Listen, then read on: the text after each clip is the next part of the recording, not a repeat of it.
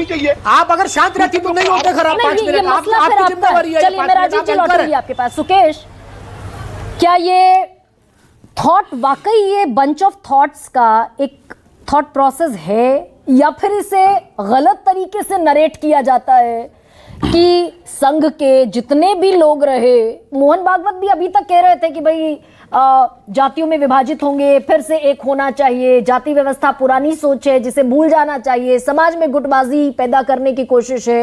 मनमोहन वैद्य भी यही कह रहे थे। ये गलत नैरेटिव है क्या संघ के बारे में, या फिर ये संघ की आयु 100 साल हो गई और अस्पृश्यता से लेकर आलिंगन तक का सफर उसने तय किया है। और ऐसा नहीं है कि संघ ने अपने आप में बदलाव नहीं किया है। संघ का एक मूल चरित्र जो है वो नहीं बदल सकता, क्योंकि वो उसके मूल में है। उसको अगर छोड़ता है तो संघ छूट जाएगा बहुत पीछे। हिंदुत्व उसके मूल में है तो वो हिंदुत्व को नहीं छोड़ सकता।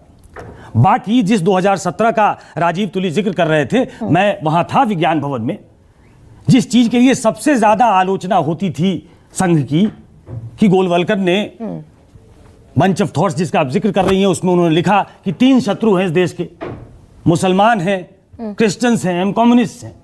यह सवाल मैंने ही पूछा था और उस मंच से मोहन भागवत ने कहा कि तात्कालिक कारण, तात्कालिक समय कुछ और था और हमें समय समय पे बदलने की अनुमति सावरकर ने दी है, गोलवलकर ने दी है। तो समय समय पर वो बदले हैं। ऐसा नहीं है कि वो जड़ता है।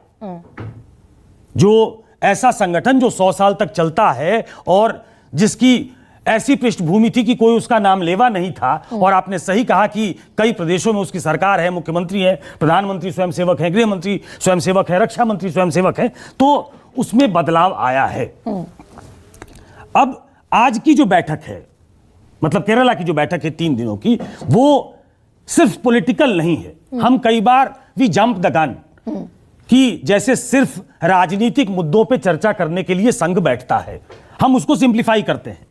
राजनीतिक एक विषय है, राजनीति पे चर्चा होगी, सोशल इश्यूज पे चर्चा होगी, इकोनॉमिक इश्यूज पे चर्चा होगी, और आगे का रास्ता क्या होगा यह तय करना पड़ेगा, क्योंकि समाज में एक बदलाव आया है। देखिए दो बड़ी मैं सोशल इश्यू से शुरू करता हूं। 2 बड़ी पॉलिटिकल पार्टी आज की तारीख में कांग्रेस और बीजेपी हैं, और मोटे तौर पे एक हिंदुत्व पे चलने वाली पार्टी और एक कांग्रेस जिसका कोई जाति का आधार नहीं था, जात पे न पात पे मुहर लगेगी हाथ पे। हाँ।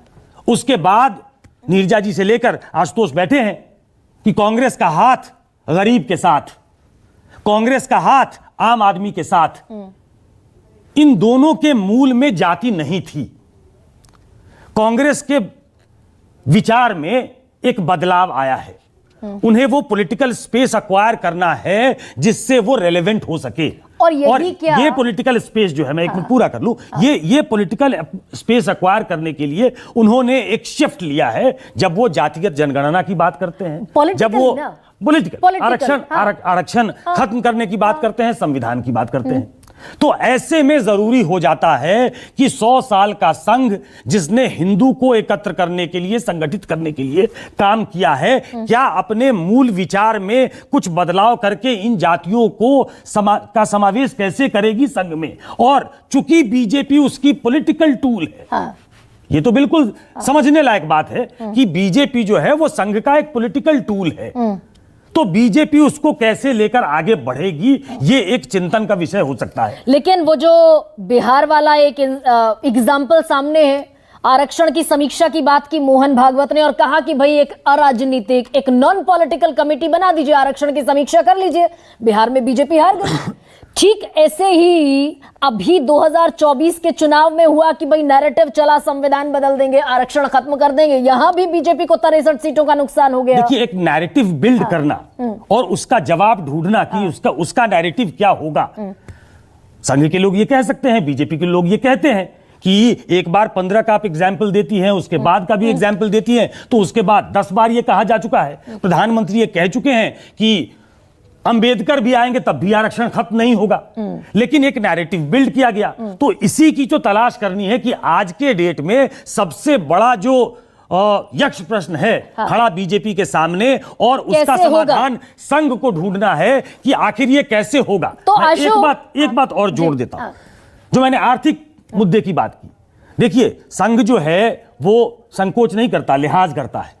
मैं दत्तात्रेय होसबोले को सुनाता हूं, ये सब बातें रिफ्लेक्ट करती हैं। दत्तात्रेय होसबोले ने स्वदेशी जागरण मंच के कार्यक्रम में कहा, और वो बड़े पॉलिटिकल व्यक्ति माने जाते हैं, कि इस देश में 20 करोड़ लोग ऐसे हैं जो बिलो पॉवर्टी लाइन हैं। इस देश में 23 करोड़ लोग ऐसे हैं जो 375 रुपए से कम कमाते हैं। इस देश में 50% जो भारतीय हैं वो सिर्फ 13.5% ऑफ नेशनल इनकम के हिस्सेदार हैं। इस देश में एक बड़ा वर्ग है जो बैंक में लोन लेने के लिए जाता है तो बैंक उनको भगा देते हैं, जबकि बड़े बड़े लोग जो हैं उनको बड़े आसानी से मिल जाता है। तो सुकेश, ये एक आईना था आप जो बीजेपी को दिखाना था। इन तमाम चीजों पे चिंतन होगी वहां बैठ के कि भाजपा का नया अध्यक्ष कौन हो जाएगा, हम इन मुद्दे पे कहां जाएंगे। इतनी बड़ी बैठक में ये तमाम चीजें चर्चा नहीं होती हैं। इसमें इन तमाम मुद्दों पे चर्चा होगी जो आगे की राजनीति को शेप देने में कामयाब होगी। आगे की राजनीति किसकी? बीजेपी की ना।